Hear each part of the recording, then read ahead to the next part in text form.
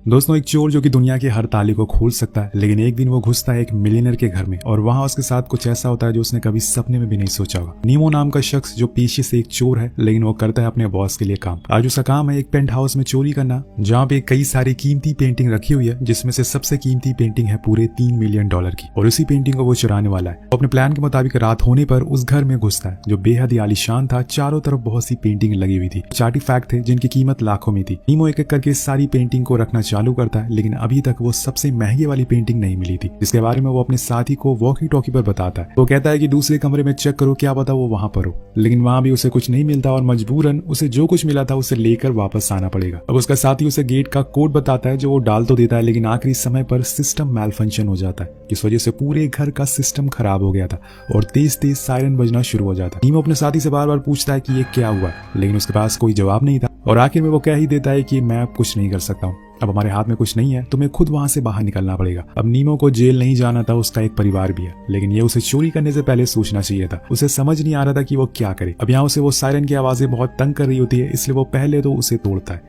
और वापस से गेट के पास जाकर उसे चाकू से तोड़ने की कोशिश करता है, लेकिन ये गेट टूटने का नाम ही नहीं ले रहा था। शायद अंबुजा सीमेंट से बना हो, और इसी चक्कर में साइड में लगे हाउस कंट्रोल डिवाइस में कुछ दिक्कत आ जाती है, जिस वजह से पूरे घर का टेम्परेचर बढ़ने लगता है और अब ठंडी हवा की जगह गर्म हवा आना शुरू हो गई थी। धीरे धीरे गर्मी बढ़ती जा रही थी। इन सबसे परेशान होकर नीमो चुपचाप एक जगह बैठ जाता है, क्योंकि अगर अब उसने कुछ और किया तो न जानिए घर में क्या क्या होने लगेगा। कुछ देर बाद उसका गला सूखने लगता है तो वो पानी की तलाश में किचन की टैप ओपन करता है, लेकिन वहां पानी नहीं आ रहा था। तो वो फ्रिज ओपन करता है जहां पे कुछ खाने पीने का सामान था, लेकिन पानी की बोतल सिर्फ एक ही थी जिसे वो पूरा पी जाता है और फिर दोबारा से आकर मेन गेट को खोदने लगता है। लेकिन कुछ देर बाद उसे पता चलता है कि गेट असल में लकड़ी का नहीं बल्कि स्टील का है। अब ये देखकर उसके होश उड़ जाते हैं, इसलिए वो ये काम भी छोड़ देता है और आकर एक बेड पर सो जाता है जो कि घर के मालिक का था। वो सोने की बहुत कोशिश करता है, लेकिन उसे नींद ही नहीं आती। अब बीच बीच में वो अपने साथी को कनेक्ट करने की कोशिश भी करता है, लेकिन वहां से कोई भी बोल नहीं रहा था क्योंकि सभी उसे छोड़कर चले गए थे। अब वो अकेला यहाँ पर बचा हुआ था। अब अगली सुबह वो सबसे पहले घर में रखे हुए लैंडलाइन फोन को चेक करता, लेकिन वो भी बंद था। इसके बाद वो वहां पे जितने भी ड्रॉर थे उन्हें चेक करता है कि शायद उसे कुछ काम का सामान मिल जाए, लेकिन वहां भी उसे कुछ नहीं मिलता। अब इतनी देर में उसे टॉयलेट लग जाती है तो वो करने के लिए चला जाता है, जहाँ पे उसे कुछ फेक फ्रूट रखे हुए मिलते हैं जिन्हें वो विंडो पर खींच के मारता है, लेकिन कुछ नहीं होता क्योंकि पूरा घर साउंड और बुलेट प्रूफ था, जिसमें कि अब नीमो अटक चुका है और इसी दौरान उसे जोर की प्यास भी लग जाती। लेकिन जो पानी उसे कल मिला था वो तो पूरा पी गया, यानी कि अब उसके पास पीने को कुछ नहीं है। वो स्विमिंग पूल के पास जाता है और उसके पानी को पीने का ट्राई करता है,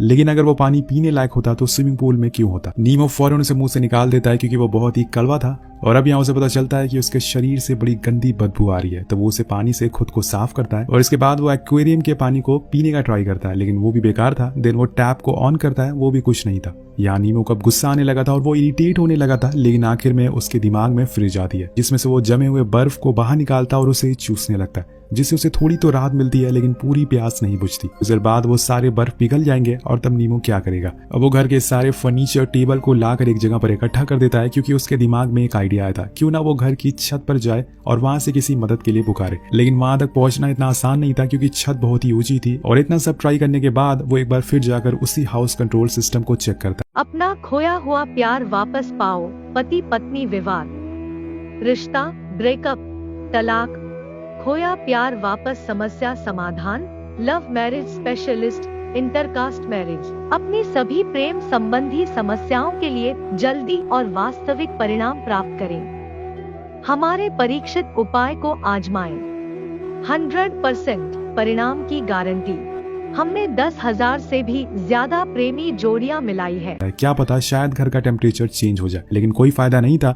अब उसे प्यास के साथ साथ भूख भी लगी थी, तो वो एक फूड कैन को खोलने की कोशिश करता है, लेकिन उसी चक्कर में उसका हाथ पे एक कट लग जाता है जिससे उसे काफी दर्द होता है। यहाँ उसके दिमाग में फिर से फ्रिज आती है तो वो जाकर उसमें बर्फ ढूंढने लगता है, लेकिन अब बर्फ पिघल चुकी थी, इसलिए वो उस फ्रिज को ही चाटना शुरू करता है ताकि जो कुछ बचा कुचा बर्फ था वो उसे खा सके। उसका बस चलता तो वो फ्रिज में ही बैठ जाता है, लेकिन उसकी मजबूरी है, वो उसमें फिट नहीं आएगा। इसी दौरान हम बाहर देखते हैं कि तेज बारिश हो रही है, लेकिन अफसोस नीमो ना तो बाहर जा सकता और ना ही वो पानी को पी सकता है। वो बस वहीं बैठा रहता है। अब उसके पास कोई काम नहीं था, इसलिए वो घर को एक्सप्लोर करने लगता है। कि शायद उसे कोई सीक्रेट दरवाजा मिल जाए, पर उसी दौरान उसे पानी की आवाज आती है। वो फौरन बाहर आता और देखता है कि ये पानी तो असल में प्लांट शार से आ रहा है। तो वो फौरन उसके पास जाके बैठ जाता और जी भर कर उसे पीता है। लेकिन एक समय के बाद वो पानी बंद हो जाता और उसे मजबूरन वहां से उठना पड़ता। लेकिन कल वो फिर से इस पानी का वेट करेगा और इस बारी वो उसे स्टोर भी कर लेगा ताकि वो पीने के काम आ सके। अब धीरे धीरे करके उस घर का टेम्परेचर और ज्यादा बढ़ने लगता है, इसलिए वो अपने सारे कपड़े और उतार देता है क्योंकि गर्मी बहुत बढ़ गई थी। जिसके बाद जितने बचे हुए फर्नीचर थे वो उन्हें इकट्ठा करने लगता है ताकि वो उसे छत तक पहुंच सके,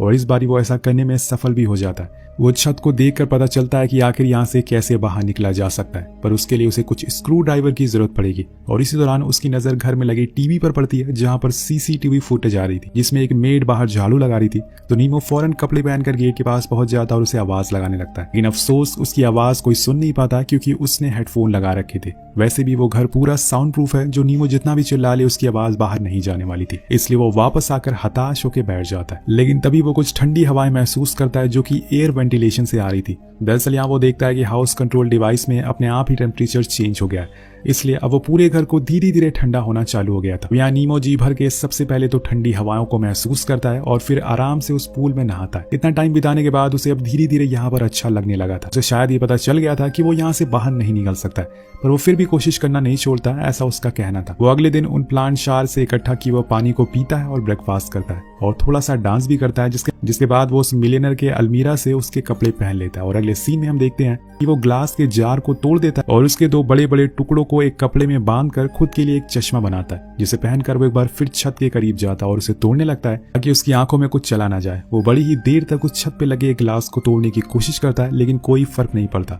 और तब उसके पास के इस सीमेंट को हटाना शुरू करता है, लेकिन वो भी बहुत ज्यादा मजबूत थी, इसलिए वो थक कर फिर से नीचे आ जाता है। एक मिलियनर का घर था तो सिक्योरिटी तो दोस्तों टॉप नॉच होने वाली थी। अब इन सबसे थक कर वो अपने लिए कॉफी और पास्ता बनाने लग जाता है। अब आप सोच रहे होंगे कि अगर ये सब कुछ बना सकता है खाने में तो दिक्कत क्या है। तो दोस्तों ऐसा कुछ नहीं है, नीमो सिर्फ पानी में पास्ता बना रहा था और ठंडे पानी में कॉफी बना रहा था। जिसके बाद वो टीवी के सामने बैठ जाता और सीसीटीवी में लोगों को आते जाते देखता रहता है। अब उसे ये सब अच्छा लग रहा था क्योंकि यहाँ पे तो उसके अलावा और कोई नहीं है, इसलिए उसका जो मन कर रहा था वो बस वही करता जा रहा था। और आपने गौर किया होगा कि वो पहले जैसा नहीं रहा, उसकी दिमागी हालत अब बिगड़ने लगी थी। ऐसा तब होता है जब आपने काफी दिनों तक किसी से बात ना की हो, ना ही किसी को देखा हो।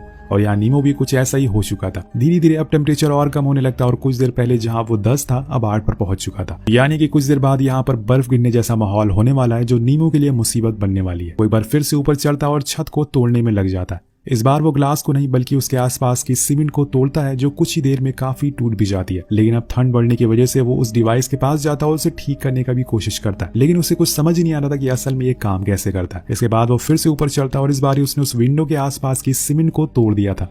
लेकिन नीमो देखता है कि उसके नीचे एक लोहे की परत लगी हुई है जो कि स्क्रू से टाइट की गई है, जिसे तोड़ पाना असंभव है। इसलिए वो उदास होकर फिर से नीचे आ जाता और चुपचाप बैठ जाता है। तभी उसकी नजर बाहर बैठी एक कबूतर पर पड़ती है जो उसकी तरह मजबूर थी, क्योंकि उसके पंखों पर चोट लगी थी और वो उड़ नहीं पा रही थी। लेकिन नीमो को ये पता नहीं होता। वो कबूतर से बात करता और कहता है कि तुम जाकर मेरे भाई से कहो कि मुझे यहाँ से बाहर निकाले, मैं अभी तक यहीं पर फंसा हुआ हूँ, मेरी तबीयत भी अभी ठीक नहीं है। नीमो के पास करने के लिए अब कुछ नहीं था, उसने सारी चीजें कर ली थी। उसकी बॉडी के साथ साथ उसका दिमाग भी अब थक चुका था, वो हार मानने लगा था। इसलिए अब उस घर में जितनी भी महंगी महंगी पेंटिंग जिन्हें चुराने के लिए वो यहाँ पर आया था, वो उन्हें तोड़ने लगता और कई घंटों तक वो ऐसा ही करता रहता। इसके बाद वो उसे मिलियनर के वार्डरोब में जाता है जहाँ पर उसे सूट्स देखने को मिलते हैं। लेकिन तभी उसे अलमीरा के पीछे कुछ सीक्रेट डोर दिखता है। वो सारे कपड़े हटाकर देखता है तो वहां पर एक रास्ता था, या फिर ये कहें कि एक सीक्रेट दरवाजा था। अब वो धीरे धीरे अंदर जाना शुरू करता है और फिर उसे कुछ ऐसा दिख जिससे कि उसके होश उड़ जाते हैं। दरअसल वहां पर एक बूढ़े आदमी की लाश पड़ी हुई थी, लेकिन जब वो उसके करीब जाता है तो देखता है कि वो असल में एक डमी था, जिसके हटाने पर उसे नीचे कुछ पेपर्स मिलते हैं जो कि एंशिएंट हिस्ट्री से रिलेटेड थे, जिसमें लिखा था कि मैरिज, हेल एंड हेवन। नीमो उसे पढ़ता है लेकिन उसे कुछ समझ नहीं आता। इसके बाद वहां वो लगी एक पेंटिंग भी दिखाई देती है। ये वही पेंटिंग थी जिसे लेने के लिए वो यहाँ पर आया था, यानी कि वो $3 मिलियन वाली पेंटिंग। और यहाँ उसे ओनर की पेंटिंग भी मिली और वो डमी भी उसी ओनर का था जिसका ये घर था। नीमो को भी यही लगता है कि शायद अब वो यही मारा जाएगा। दूसरी ओर हम उसी कबूतर को देखते हैं जो कि अब मर चुकी थी। यहाँ नीमो का भी कुछ ऐसा ही हाल होने वाला था क्योंकि टेम्परेचर बहुत ज्यादा गिर चुका था। तभी उसे सीसीटीवी में दिखता है कि वो मेड अब उसके गेट के बाहर ही बैठी हुई है, तो वो फौरन भागते हुए गेट के पास जाता है और उसे पीटने लगता है, लेकिन हल्की सी भी आवाज बाहर नहीं जाती और वो बहुत ही इरिटेट हो जाता है और चिल्लाने लगता है और वहीं सो जाता है। अगले दिन वो फिर से उस विंडो के पास जाता है और अब उसे आइडिया आता है कि स्क्रू ड्राइवर कैसे बनाया जाए जिससे वो स्क्रू को खोल सके। तो एक लकड़ी से स्क्रू खोलने का टूल बनाता है और उसे खोलने की कोशिश करता है, लेकिन वो नाकामयाब रहता है। पर दोस्तों उसके अंदर अभी हिम्मत और उम्मीद बाकी थी। वो दोबारा से कोशिश करता है और इस बारी वो स्क्रू को खोल लेता है, लेकिन अब उसके अंदर इतनी ताकत नहीं बची थी कि वो बाकी स्क्रू को खोल सके, इसलिए वो नीचे आ जाता है। और यहाँ हम एक और चीज नोटिस करते हैं कि नीमो अब पहले जैसा नहीं रहा। वो अब खुद से ही बात करता है, क्योंकि उसके पास अब ना तो खाने को कुछ है और ना ही पीने को। वो वहां लगे हुए पेड़ को भी हिलाता है ताकि कुछ उसमें निकल आए, लेकिन कुछ नहीं आता। और आखिर में उसे कुत्ते का खाना ही खाना पड़ता है, जो उसके लिए बेहद ही बुरा था। लेकिन भूख कुछ भी करा सकती है, और एक तो इतनी ऊपर से ठंड, ऊपर से भूख और प्यास। वो पूरी तरह से फ्रस्ट्रेट हो चुका था, लेकिन इतनी मुश्किलों के बावजूद उसे बस एक ही ख्याल आ रहा था कि कैसे वो बाहर निकले। इसलिए वो बाकी स्क्रू को खोलने लगता है, लेकिन इसी बीच उसका पैर फिसल जाता है और वो सीधा नीचे गिरता है। यहाँ उसके पैर की हड्डी टूट चुकी थी, जो उसके लिए एक और मुसीबत बन गई थी।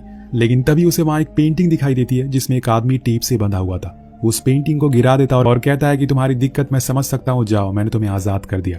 अब इसी तरह से कुछ और दिन बीत जाते हैं अब, और न्यू ईयर भी आ जाता है। बाहर धूमधाम से पार्टी चल रही थी, सभी लोग एंजॉय कर रहे थे। ये सब ऊपर से नीमो देख रहा था, लेकिन वो यहाँ पर कैद है। तभी उसे कुछ विजन आने लगते हैं, जैसे कि वो मेड उसके पास आ गई है और उसने नीमो को आजाद कर दिया। उसी पल उसकी नजर ऊपर लगे फायर अलार्म पर पड़ती है, जिससे कि उसे एक और आइडिया आता है। अगर वो इस फायर अलार्म को ऑन कर दे तो वो पानी पी सकता है। वो कुछ पेपर्स को इकट्ठा करता है और अगले दिन जब विंडो से सनलाइट अंदर आती है तो उसकी मदद से वो आग जला देता है, और फिर उस पेपर को ले जाकर उस फायर अलार्म के पास रख देता है, जिससे अलार्म बजने लगता है और पूरे घर का शार सिस्टम ऑन हो जाता है। चारों तरफ सायरन बजने लगता है, पानी गिरने लग जाता है। लेकिन यहाँ भी वही होता है जो हर बार होता है। पूरे घर में पानी भर गया था, लेकिन अब बाहर किसी को कानो कान खबर तक नहीं थी अंदर क्या हो रहा है। और नीमो को अब समझ आ गया था कि वो गरीब ही ठीक था, कम से कम उसके आसपास वाले लोग उसकी फिक्र तो करते थे। ये अमीर लोग जो होते हैं ये अपने में ही मस्त होते हैं, इन्हें कुछ फर्क नहीं पड़ता कि उनके साइड वाला पड़ोसी कैसी हालत में है। अगर ऐसा होता तो आज वो बच जाता। सीन शिफ्ट होता है और हम 1.5 महीने बाद का समय देखते हैं, जहाँ पे नीमो अब बहुत ही कमजोर हो चुका है। बाहर बर्फ गिर रही है, मतलब ठंड का मौसम आ चुका है। लेकिन अब नीमो ने सारे स्क्रू को खोल लिया। अब वो बाहर जाने वाला है, लेकिन उससे पहले वो घर की दीवारों पर कुछ बातें लिखता है, जिसमें वो इस घर के मालिक से कहता है कि मैंने आपके पूरे घर को बर्बाद कर दिया, जिसके लिए मैं आपसे माफी मांगता हूँ, लेकिन मैं आपसे कुछ कहना चाहता हूँ। ये घर नहीं, असल में ये एक जेल है। Thank you so much. इसके बाद हमें पता चलता है कि नीमो ने उस विंडो को पूरा खोल लिया था, जिसके कुछ देर बाद ही वो वहां से बाहर चला जाता है। अब यहाँ आपको बता दिया जाए कि ये विंडो के आसपास कोई ऐसी जगह नहीं थी जहां से वो बाहर जा सके। तो या तो नीमो ने वहां से कूदने की कोशिश की होगी, अगर ऐसा किया होगा तो वो मारा गया होगा, या फिर उसने वहां से किसी को बुलाने की कोशिश करी होगी और उसकी जान बच गई होगी। आपको क्या लगता है नीचे कमेंट करके जरूर बताएगा। मिलते हैं आपसे अगली वीडियो में। Thank you so much watching.